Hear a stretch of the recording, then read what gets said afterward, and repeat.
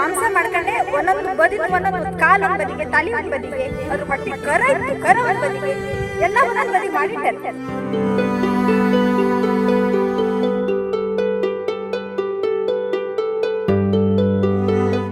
ಇಲ್ಲಿ ದನವನ್ನು ಕಡಿದು ಕರು, ಸಣ್ಣ ಶಿಶು ಇದ್ದ ಕರುವನ್ನ ಅಲ್ಲಿ ಒಗೆದಿಟ್ಟು ಆಮೇಲೆ ಕಾಲೆಲ್ಲ ಕಟ್ ಮಾಡಿ ಇಲ್ಲಿ ಒಗೆದಿಟ್ಟು ಹೋಗಿದ್ದಾರೆ.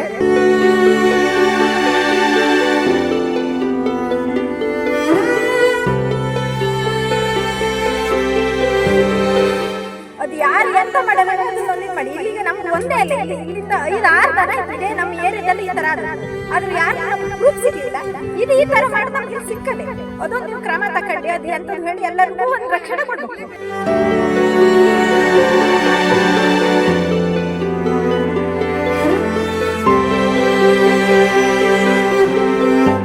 ಇಷ್ಟೇ ನಾವು ಕೇಳ್ಕೊಳ್ಳೋದು. ಇದೇ ನಮ್ ದನಗಳನ್ನ ಸಾಕ್ಬೇಕು. ನಾವು ಕಷ್ಟಪಟ್ಟು ದನಗೆ ಹುಲ್ಲು ತಂದು ಸಾಕೊಂಡು ಈ ತರ ಜನರ ಕೈ ಕೊಡೋದು, ಚಿರ್ತಿ ಕೈ ಕೊಡೋದು ನಮ್ಮ ಹತ್ರ ಆಗ್ತಾ ಇಲ್ಲ.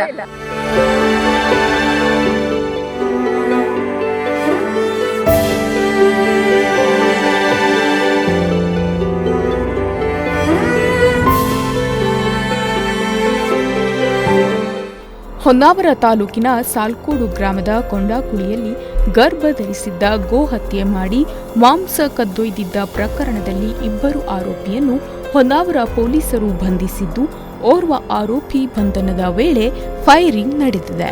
ಬಂಧಿತ ಆರೋಪಿಗಳು ತಾಲೂಕಿನ ವಲ್ಕಿಯ ತೌಫೀಕ್ ಅಹಮದ್ ಜಿದ್ದಾ, ಕಾಸರಗೋಡಿನ ಫೈಜಾನ್ ಹಸನ್ ಎಂದು ಗುರುತಿಸಲಾಗಿದೆ. ಆರೋಪಿತರು ಸಾಲ್ಕೋಡು ಗ್ರಾಮದ ಕೊಂಡಾಕುಳಿ ಅರಣ್ಯದಲ್ಲಿ ಜನವರಿ 19ರಂದು ಗರ್ಭ ಧರಿಸಿದ್ದ ಗೋವಿನ ವಧೆ ಮಾಡಿ ರುಂಡ ಕಾಲುಗಳನ್ನು ಬಿಟ್ಟು ಗೋಮಾಂಸ ಹಾಗೂ ಹೊಟ್ಟೆಯಲ್ಲಿದ್ದ ಕರುವನ್ನು ಎಸೆದು ಮಾಂಸ ಹೊತ್ತೊಯ್ದಿದ್ದರು. ಬಂಧಿತ ಆರೋಪಿ ತೌಫೀಕ್ ಗೋವಿನ ವಧೆಗೆ ಸಹಕರಿಸಿ ಬೈಕ್ ಮೂಲಕ ಮಾಂಸವನ್ನು ಕೊಂಡೊಯ್ದಿದ್ದ. ಕೃತ್ಯದಲ್ಲಿ ಭಾಗಿಯಾದ ಇನ್ನೂ 5 ಆರೋಪಿಗಳು ತಲೆಮರೆಸಿಕೊಂಡಿದ್ದಾರೆ.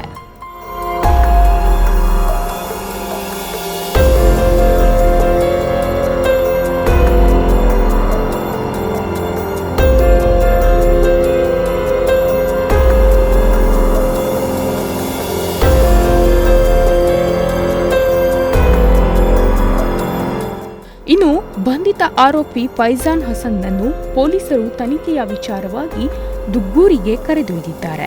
ಅಲ್ಲಿ ಕೃತ್ಯಕ್ಕೆ ಬಳಸಿದ್ದ ಮಾರಕಾಸ್ತ್ರವನ್ನು ತೋರಿಸುವ ವೇಳೆ ಅದೇ ಮಚ್ಚಿನಿಂದ ದಾಳಿ ಮಾಡಿ ತಪ್ಪಿಸಿಕೊಳ್ಳುವ ಪ್ರಯತ್ನ ಮಾಡಿದ್ದಾನೆ. ಈ ವೇಳೆ ಹೊನ್ನಾವರ ಠಾಣೆಯ ಸಿಪಿಐ ಸಿದ್ದರಾಮೇಶ್ವರ, ಪಿಎಸ್ಐ ರಾಜಶೇಖರ್, ಸಿಬ್ಬಂದಿಗಳಾದ ಗಜಾನನ್ ನಾಯ್ಕ್, ಗಣೇಶ್ ಬಡ್ನಿ ಅವರಿಗೆ ಗಾಯ ನೋವಾಗಿದೆ.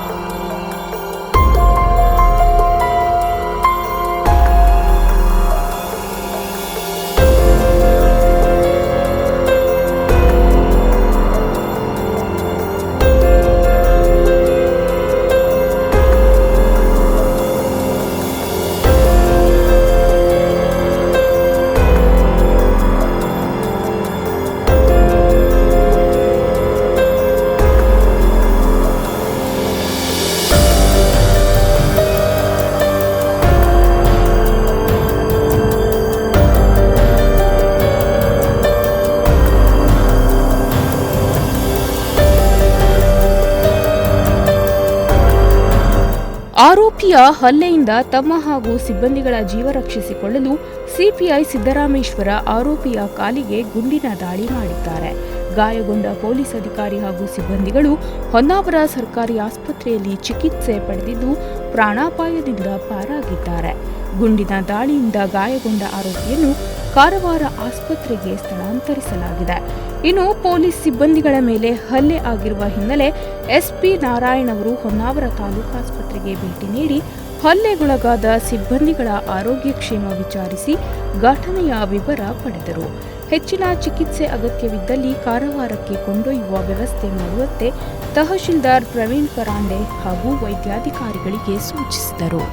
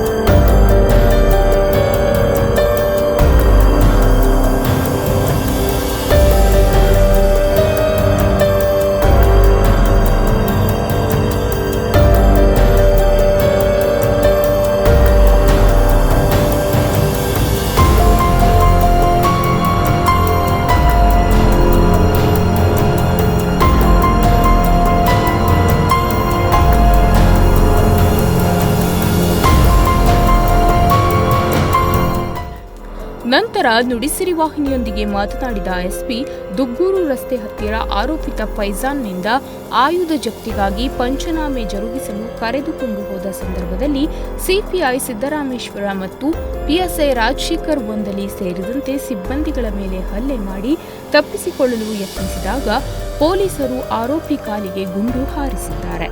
ಬಳಿಕ ಆರೋಪಿಯನ್ನು ಆಸ್ಪತ್ರೆಗೆ ದಾಖಲಿಸಿ ಚಿಕಿತ್ಸೆ ಕೊಡಿಸಲಾಗುತ್ತಿದೆ ಎಂದು ತಿಳಿಸಿದರು. ಕೃತ್ಯಕ್ಕೆ ಸ್ಥಳೀಯವಾಗಿಯೂ ಇಬ್ಬರು ಸಹಾಯ ನೀಡಿರುವ ಬಗ್ಗೆ ಮಾಹಿತಿ ಇದೆ. ಪ್ರಕರಣಕ್ಕೆ ಸಂಬಂಧಿಸಿದಂತೆ ಇನ್ನು ಪ್ರಮುಖ ಆರೋಪಿಗಳ ಪತ್ತೆ ಆಗಬೇಕಿದೆ. ತನಿಖೆ ಮುಂದುವರಿಸಿದ್ದೇವೆ ಎಂದು ಹೇಳಿದರು. ಶರಣಾಗಿಲ್ಲ. ಸಿದ್ದರಾಮೇಶ್ವರ ಅವರು ಗಾಲಿನಲ್ಲಿ 2 ಸುತ್ತು ಫೈರನ್ನು ಮಾಡಿ ಸರೆಂಡರ್ ಮಾಡೋದಕ್ಕೆ ಅಲ್ಲಿ ಫೈರ್ ಮಾಡಿದ್ದಾರೆ. ಫೈರ್ ಮಾಡಿದ್ರು ಸಹ ಅವರು ಸರೆಂಡರ್ ಆಗಿಲ್ಲ. ತಿರ್ಗಾ ಮಚ್ಚು ತಗೊಂಡು ಬರೋಷ್ಟರಿಂದ ಇನ್ನು ನಮ್ಮವ್ರ ಸೆಲ್ಫ್ ಡಿಫೆನ್ಸ್ಗೆ ಸಿದ್ದರಾಮೇಶ್ವರ ಅವರು ಫೈಜಾನ್ ಕಾಲ್ಗೆ 1 ಸುತ್ತಿನ ಗುಂಡನ್ನ ಹಾರಿಸಿದ್ದಾರೆ. ಇಲ್ಲಿ ಪ್ರಾಥಮಿಕ ಚಿಕಿತ್ಸೆಯನ್ನು ಇಲ್ಲಿ ನಾವು ಕೊಡಿಸಿದ್ವಿ. ಅವರು ನೆಕ್ಸ್ಟು ಹೆಚ್ಚಿನ ಚಿಕಿತ್ಸೆಗೋಸ್ಕರ ಕಾರವಾರ ಕ್ರಿಮ್ ಹಾಸ್ಪಿಟ್ಲಿಗೆ ಅವರನ್ನು ಕಳಿಸಿದ್ದೀವಿ.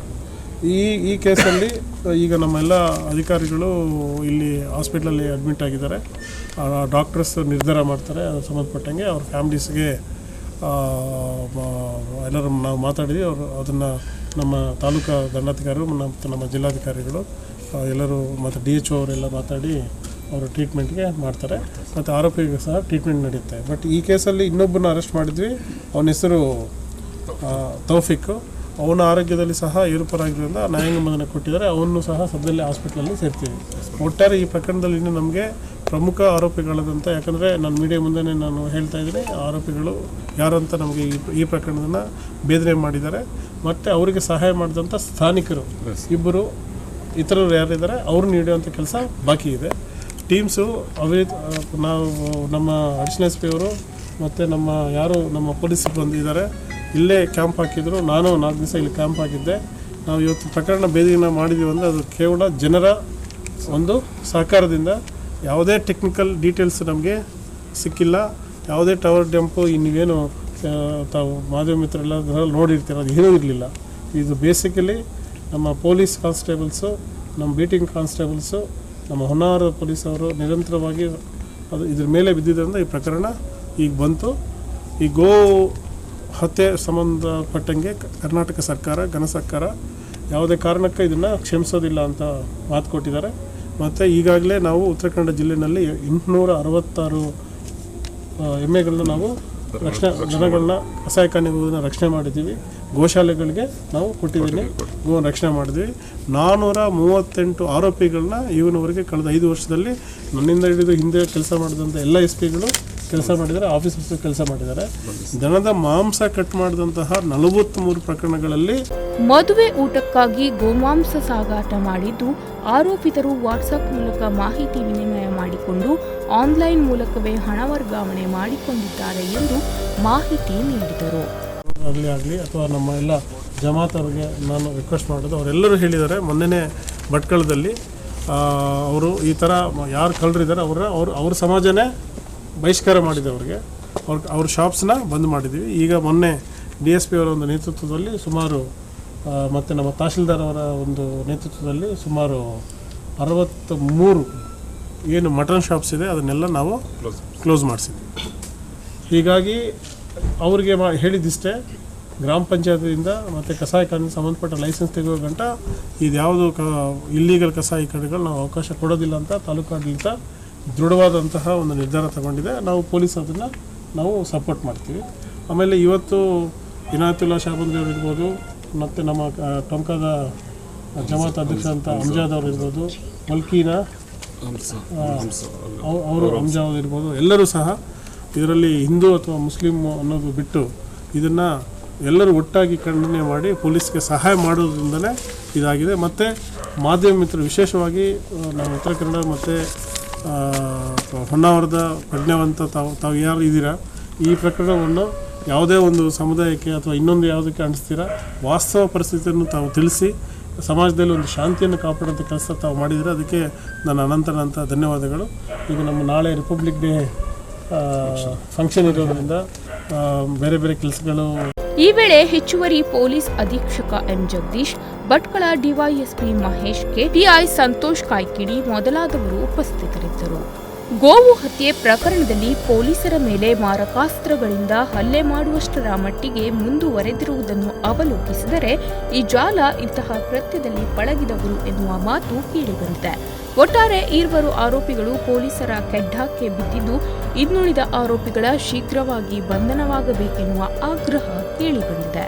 ನಾಗರಾಜ್ ನಾಯ್ಕ್, ನುಡಿಸಿರಿ ನ್ಯೂಸ್, ಹೊನ್ನಾವರ.